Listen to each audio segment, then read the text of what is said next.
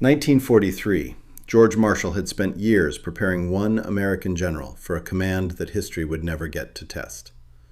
It wasn't Dwight Eisenhower. It was Frank Andrews. At the Casablanca Conference in January 1943, that preparation reached its most visible form. Andrews was appointed commander of all United States forces in the European theater of operations, replacing Eisenhower. He was the most senior American officer in Europe. He was the officer responsible for developing the plans that would become the invasion of the European continent.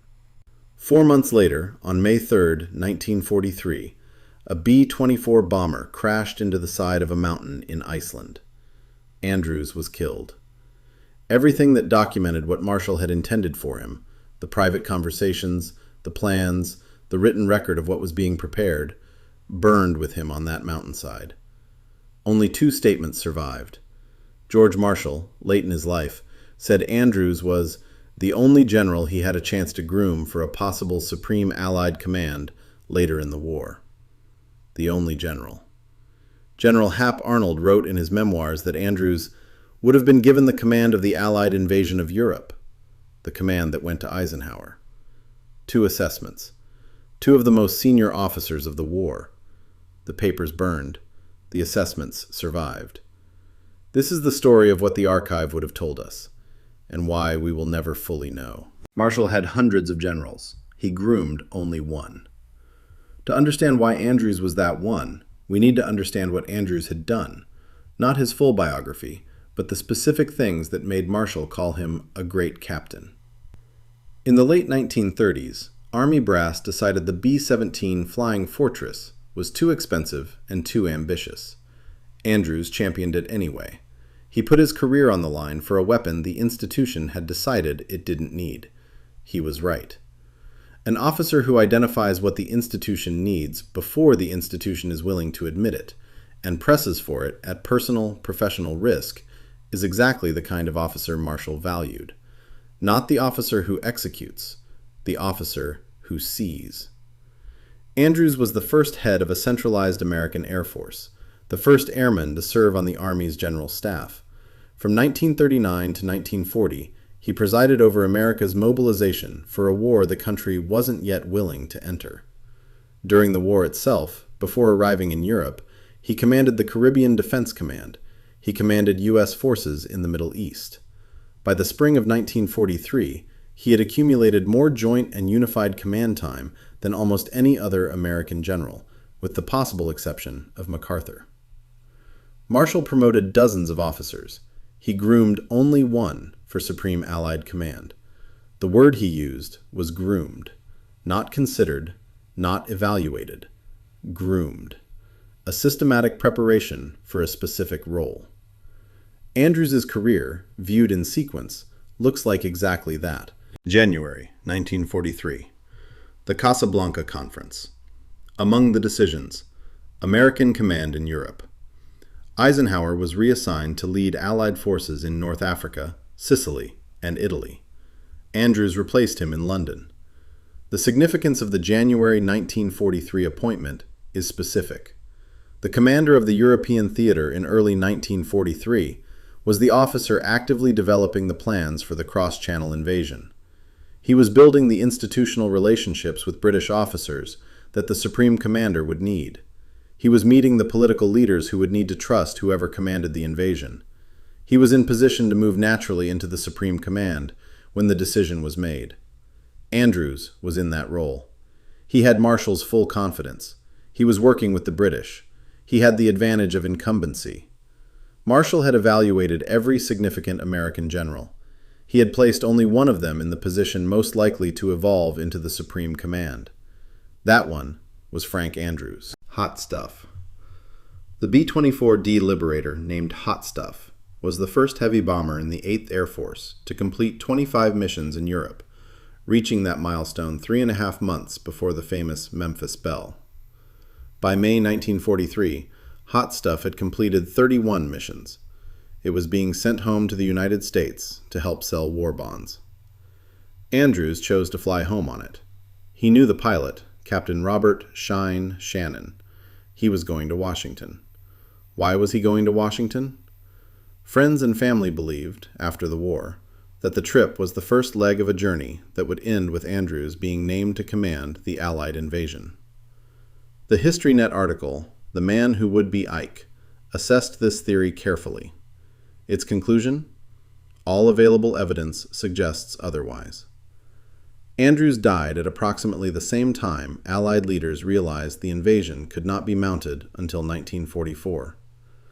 The Supreme Commander decision would not be made for another 7 months. He was probably going for a routine consultation. He may have been going for something larger. His personal papers, which might have contained his correspondence with Marshall, the record of what was planned and discussed, were on the plane. The plane struck the side of Mount Fagradalsfjall. One man survived, the tail gunner. Andrews's papers did not. The papers burned. The assessments survived. The archive did not. Marshall evaluated every American general officer. He had groomed only one for Supreme Allied Command. His own words documented it. George C. Marshall, Army Chief of Staff. Late in his life. Referring to Frank Andrews, Marshall said Andrews was the only general he had a chance to groom for a possible Supreme Allied Command later in the war. The only general.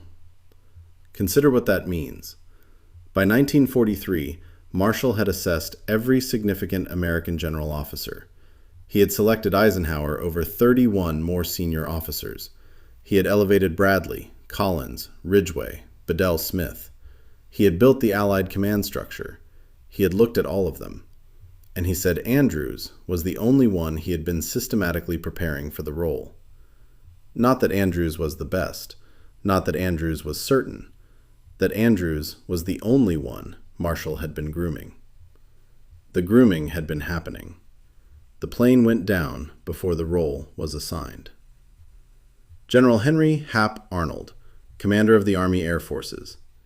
In his memoirs, a document written for the historical record, Arnold expressed the belief that Andrews would have been given the command of the Allied invasion of Europe, the position that eventually went to General Eisenhower. Would have been given. Arnold was not speculating casually. He was writing about command relationships he had personally observed, decisions he had been present for, conversations he had been part of. He believed the only general Marshall had groomed would have gotten the command. 2 assessments. Marshall, the only general he had groomed. Arnold would have received the command. Neither constitutes proof. Both constitute the documented belief of the 2 most relevant observers. The papers that might have confirmed or complicated these assessments burned on a mountainside in Iceland. The HistoryNet scholarly treatment of this question is the most careful available. Andrews would have met those 2 standards, working with the British and having Marshall's full confidence, and had the advantage of incumbency. It would have been a tough call. A tough call, not a certain outcome. Here is the honest version of what the timeline shows. Andrews died May 3, 1943. From September to December 1943, 4 to 7 months later, Marshall himself was the apparent frontrunner for Supreme Commander. Harry Hopkins told Eisenhower that Marshall would definitely be Supreme Commander if the British did not abandon the cross-channel commitment. Roosevelt told Marshall he couldn't spare him from Washington. Eisenhower was appointed in December 1943. The question the evidence cannot answer. Had Andrews lived, would he have been in Marshall's position, the frontrunner, or would Marshall still have been first, with Andrews as the alternative if Marshall was kept in Washington? Marshall evaluated every American general. He groomed only one. Whether that one would have commanded Overlord, the record cannot close that question. The Marshall Papers exist at the George C. Marshall Library in Lexington, Virginia. They contain Marshall's side of conversations. They do not contain Andrews's side. Andrews's papers burned in Iceland. The first comprehensive biography of Frank Andrews was published in 2022, nearly 80 years after his death. Titled Marshall's Great Captain. 80 years. While other generals who served under Eisenhower were the subjects of multiple biographies, Andrews, the only general Marshall had groomed for Supreme Allied Command, waited 8 decades for the first full account. The reason? His death left his legacy incomplete and his potential forever unverified. Marshall said Andrews was the only general. The archive that might have explained what that meant doesn't exist. The papers burned. Jacob Devers replaced Andrews as commander of the European theater. He served competently. He was not the name that Marshall or Arnold would later single out as the one being prepared. He was not the only general. The American president's personal airport bears the name of Frank Andrews, Andrews Air Force Base, outside Washington, D.C. Every president who has flown in or out of the capital since the war's end has taken off from or landed at a facility named after the general who died before the war's most important command decision was made, the decision that two of the war's most senior officers believed would have been his. Andrews had once said, according to people who knew him, "I don't want to be one of those generals who die in bed." He did not die in bed. He died on a mountainside in Iceland, going home to Washington, before history could test whether Marshall was right about the only general he had groomed.